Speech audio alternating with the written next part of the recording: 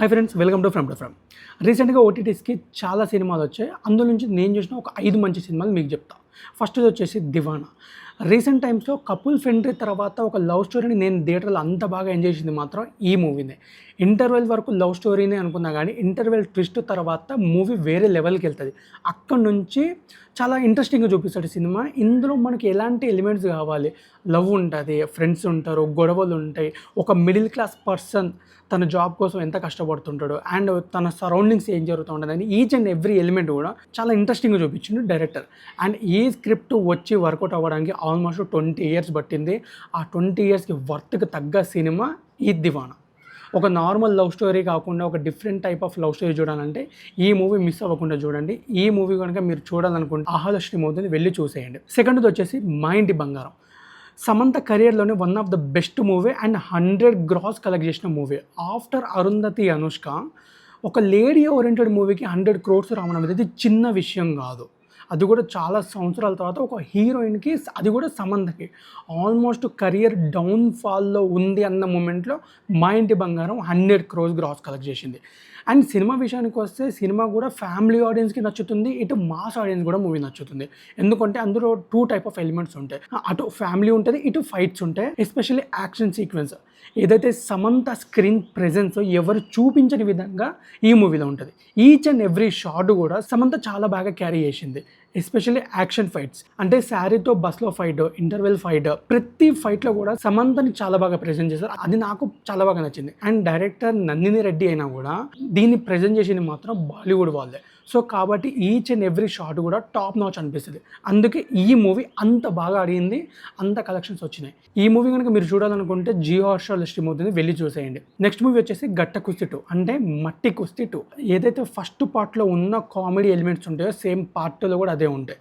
Same అదే sports ఉంటుంది, అదే వైఫ్ అండ్ హస్బెండ్ మధ్యలో గొడవలు ఉంటాయి. అండ్ ఇందులో ఒక చిన్న పాప ఉంటుంది, చాలా క్యూట్గా ఉంటుంది. అమ్మాయి యాక్టింగ్ కూడా ఈ మూవీకి చాలా బాగా ప్లస్ అయింది. స్టార్టింగ్ నుంచి ఎండ్ వరకు నవ్వుకోవాలి, నాకు ఒక మంచి కామెడీ ఎంటర్టైన్మెంట్ కావాలంటే ఈ మూవీ చూసేయండి. ఈ మూవీ నెట్‌ఫ్లిక్స్‌లో స్ట్రీమ్ అవుతుంది. తర్వాత మూవీ వచ్చేసి 'లవ్ ఓ లవ్'. ఈ మూవీ తమిళ్ నుంచి వచ్చింది. ఈ మూవీలో ఫోక్ సాంగ్స్‌లో ఫేమ్ అయిన నాగదుర్గ చేసింది. తన యాక్టింగ్ పరంగా, తన ప్రెజెన్స్ పరంగా ఓకే. అండ్ మూవీ విషయానికి వస్తే నేనేదో రొటీన్ లవ్ స్టోరీ తీస్తారు, రెగ్యులర్ టెంప్లెట్ అనుకున్నా కానీ మూవీ చూసిన తర్వాత అంత లేదు కానీ పర్లేదు, వన్ టైం వాచబుల్ అయితే చూసేయచ్చు. అంటే ఒక అబ్బాయికి ఎన్ని బాధ్యతలు ఉంటాయి, అతనికి ఏ టైప్ ఆఫ్ రెస్పాన్సిబిలిటీస్ ఉంటాయి, ఎలాంటి ప్రాబ్లమ్స్ ఉంటాయి, ఆ ప్రాబ్లమ్స్ అన్నిటినీ, ఆ రెస్పాన్సిబిలిటీస్ని ఒక అమ్మాయి క్యారీ చేస్తే ఎలా ఉంటుంది, ఒక అబ్బాయి దేనికోసం ఎంతవరకు పరిగెడుతూ ఉంటుంది అనేది, ఒక అబ్బాయి చేసే పనులన్నీ ఒక అమ్మాయి చేస్తే ఎలా ఉంటుంది అనేది ఇందులో చూపించిండు. క్లైమాక్స్కి వచ్చేసరికి కొంచెం మూవీ బాగానే అనిపిస్తుంది. టైంపాస్ అవ్వాలి నాకు ఒక 2 గంటలు అనుకుంటే ఈ మూవీ చూసేయండి. ఈ మూవీ అమెజాన్ ప్రైమ్‌లో స్ట్రీమ్ అవుతుంది. ఇంకో మూవీ వచ్చి మలయాళం నుంచి రీసెంట్గా వచ్చి సైలెంట్గా బ్లాక్ బస్టర్ కొట్టింది. అదే 'బాలన్ ది బాయ్'.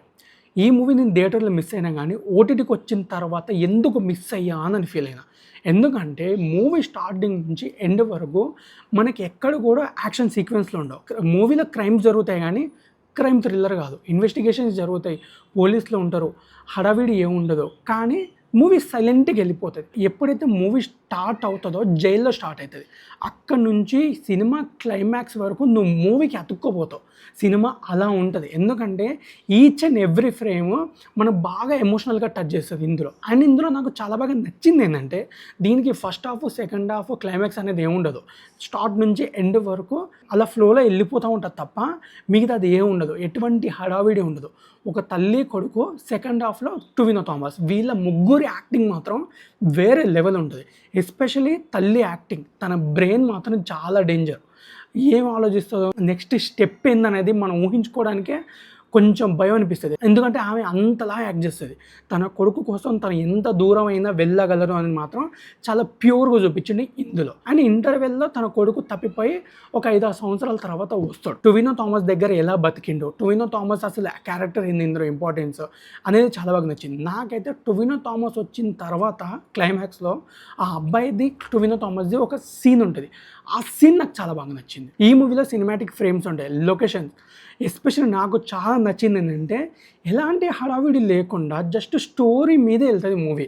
ఈ మూవీ కనుక మిస్ అయితే ఒక మంచి మూవీని మిస్ అయినట్టే. ఈ మూవీ జీ5లో స్ట్రీమ్ అవుతుంది, వెళ్ళి చూసేయండి. ఇలాంటి వీడియోస్ ఇంకా వస్తుంటాయి, మీ సపోర్ట్ నాకు ఖచ్చితంగా కావాలి. ఈ వీడియో కనుక మీకు నచ్చినట్లయితే లైక్ చేయండి, షేర్ చేయండి, సబ్స్క్రైబ్ చేయడం మాత్రం మర్చిపోకండి. Thank you.